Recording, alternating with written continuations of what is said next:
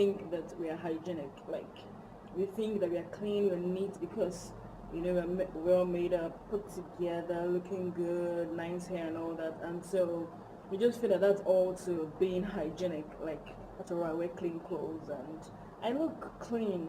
But there's some little teeny habits that we practice and some that we don't practice that actually contribute to us being dirty. So it's all about how dirty are you. By the time I'm done, you will know if you're really clean or if you're dirty. And then you would now take precautions on how to be more hygienic. Some little things that you just ignore are actually what's causing you to fall ill frequently. And then even if you don't care about yourself, you should care about your neighbors, your friends, your loved ones who are around you, because they could actually catch something. You could just be a healthy carrier, and then you give one of these diseases to any one of them. So at least for your sake and for the sake of those around you, please just take into cognizance these little tips I'm going to be sharing. So one, I will start with the hair. Okay, most of us ladies will wear hair nets to cover our hairdo so that it doesn't get all rough and all that, and so it can last for a while. But we don't wash these hair nets. It's crazy. Hair nets should be washed once in a week. At least at the end of every week, you should wash them, because if you're planning to wear your hair nets for 1 month because your hair is going to last for 1 month, that's crazy, because this is where sweat and other dirt will accumulate, and then before you know it, start giving off some offensive odors. I watched one Instagram video. I'm sure some of you that are versatile Instagram would have watched it too, where a guy actually won a wrestling competition with a lady's hairnet. When he swung the hairnet and his opponent perceived the odor, man, they died, and that was how he won the championship. So my dear ladies, let's try and wash our hairnets every week, once in a week. It's not too much. Just soak it in warm water and some little baby shampoo. It works the magic, and before you know, you see the whole water will be brown. It just shows that lots of bacteria, lots of dirt, lots of sweat have accumulated, and this is what gives your hair odor. Have you noticed that when you do your hair for about 2 weeks, the hair starts giving off offensive odor, and you're wondering, why? Is it because of sweat? Yeah, because of sweat and the fact that you've been wearing a dirty hairnet. I was in a box one day and I sat down close to this lady with a very full braids, and then this is not body odor, this was hair odor, and she was always flinging the hair. She'd be like, at the point I said, please, I need to breathe. And she was like, what do I mean? I said, I just need to breathe. So try as much as possible not to fling your hair into my face. And she got the message and she was really embarrassed. But come on, I needed to breathe. What did you expect me to do? So that's for hairnet. I'm not going to dwell too much in it. And then if you're on braids or weave on, don't keep your braids longer than 3 to 4 weeks.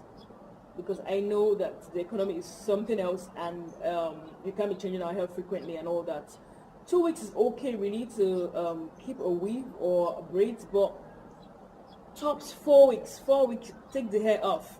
If you really don't have enough cash to make the hair, you can carry your natural hair, whether it's relaxed or even kinky. Right now, any of them trend. So please don't keep any hairstyle for longer than 4 weeks. Loosen your hair and go and wash it.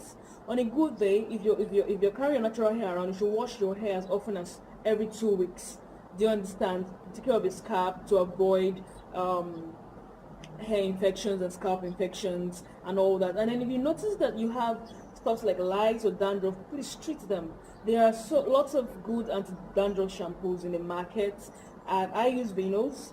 I use Venos a lot. It's quite nice. It's quite affordable too. You can get one of them. There's Head and Shoulders, and there are a lot more. You can get this product. They're actually very good. And then wash your hair. There's also VO5. It's a herbal mixture of lots of herbs, about 5 of them, and it's quite good. It makes my hair soft. I have kinky natural hair, and my hair is naturally soft on a good day, but it makes it extra soft. Face next. Patient not too long ago that came and was asking me for the cure for acne and then pimples, and I was like, well, I could prescribe some things for you, but it's actually about your face hygiene. You're like, which one is face hygiene? I said, yeah, there's face hygiene. It's not just all about bathing and then rubbing cream on your face and then rubbing makeup and then going. There is face hygiene. Like, every part of your face should be well taken care of. fine. When you're having your bath, you should wash your face. Avoid using your hands to wash your face. You have a very soft towel or a very soft foam that you can use to wash your face. Avoid using your hands to touch your face at any time of the day, whether you're bathing or not. And after bathing, you should have a good moisturizer and a good sunscreen, which will help to moisturize your face and always keep it, moist. Especially those that have dry skin. Even if you have oily skin, you should always moisturize your face, though you always avoid oil-based creams and all that. And then you get a good sunscreen with SPF of about 5 to 10 if you can. And then for your makeup kits, you should always wash them, whether it's your powder puffs, your brushes.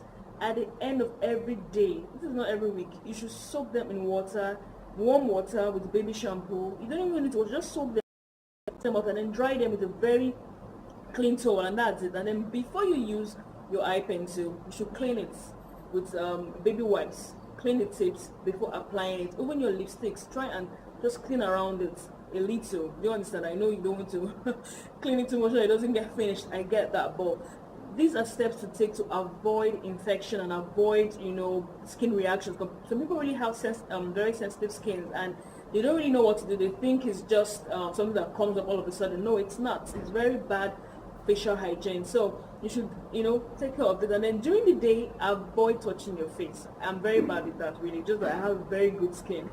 I touch my face always. I had to consciously stop touching my face when I had a very bad episode of pimples 2 years ago.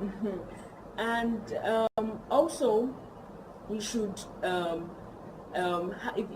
if you're always sweating like this hot season, you should have a clean hanky that only you use it. Don't share it with anybody. Don't even share your intimate stuffs, towels, facial towels, body towels, makeup kits. Don't share it with anybody. Everybody should have their own. Come on, these things are cheap in the market. They are cheap ones. You must not really go for the some of the ones you have to go for the good ones, but brushes and all that, they are very good cheap ones you can get. So meaning that nobody should share all this. So we'll go to the mouth next. Yes, you should brush your teeth at least twice a day. Yes, some people feel like if I brush my teeth too often, I will injure my gum. It's because of the way you brush your teeth. You should brush it. One should not get a brush that is too hard. I know most of us want the hard brush so that you can brush all the crevices and brush all the... Get a good brush that is not too hard and not too soft. And then when brushing your teeth, don't brush too hard. Brush, at least brush for about 2-3 minutes, to get, and you have to brush, your molars and premolars are quite inside, so you have to make sure you get in, but be very gentle doing this because your gums are vulnerable people.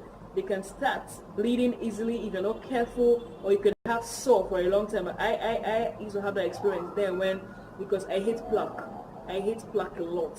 When I see people with stains on their teeth, brown, black, it puts me off. It really puts me off, really. My husband cannot have plaque because it means that we won't kiss. I'm serious. So to avoid that, I love brushing really hard, and so I always come down with gum sores like crazy.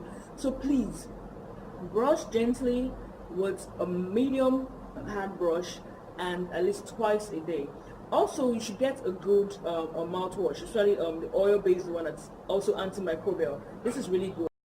It helps in 70% of the chances. It helps to prevent germs and tooth decay, and also helps to prevent plaques 30% of the times. It's a study that has been done, so it's something that you really should invest in. A good mouthwash. There's Listerine mouthwash and other good ones. You should get one of these. Also, you should get dental floss to floss your teeth. You understand? Especially this period where it's me, I have to get one recently because it's the mango season and I love mangoes. And these mangoes will then get into your teeth and all that, and so you have to floss out to get this particle out because it's really funny when you're talking with somebody and they start saying vegetables or stuff.